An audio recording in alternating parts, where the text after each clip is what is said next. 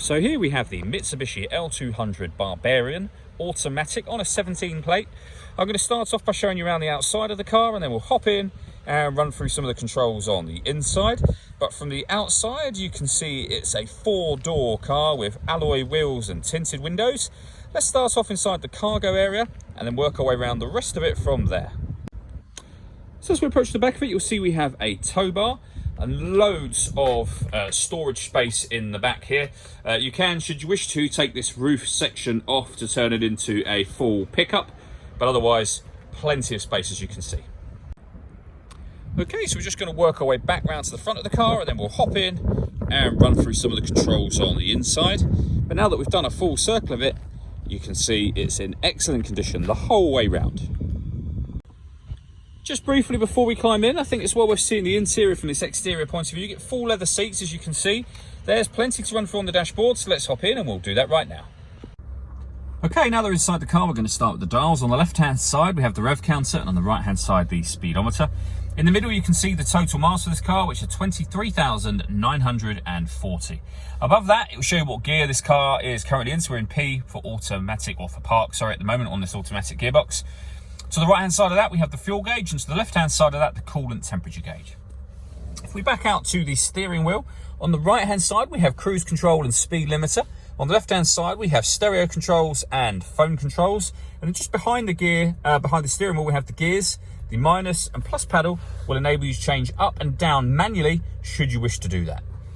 Over in the center, we have the touch screen. You can see that we've got satellite navigation.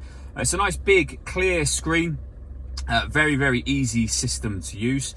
Any of the buttons you want to press down the side will access the various different menus. So, for example, the radio, where you'll find we have DAB, AM, and FM radio available to us. And you can see all the music options up on the screen right now. So, FM, long wave, medium wave, and DAB. Underneath that, we have a CD player, SD memory card slot, USB / iPod input, and Bluetooth audio. So once you pair your phone, you can stream your music wirelessly, as well as making and receiving phone calls. If I pop the car into reverse, you'll see we have a full color reversing camera, which is obviously particularly handy on a vehicle of this size. It does make it much, much easier to park. Working our way down, we have the dual zone climate control. So you can adjust the passenger and driver temperatures, the fan speed up and down.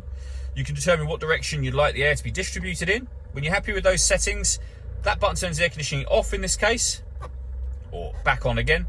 Or press auto, and the car will take control of the fan speed and the direction of the air to maintain the temperatures that you've asked for. And to override that, just readjust the fans, and you can change whatever setting you want it on here as well after that too. Working our way down from that, we have driver and passenger heated seats, both with 2 different heat settings. We have a panel that you can lift up just underneath here that will reveal the USB input and the 12-volt charging socket. We then have the gear lever for the fully automatic gearbox.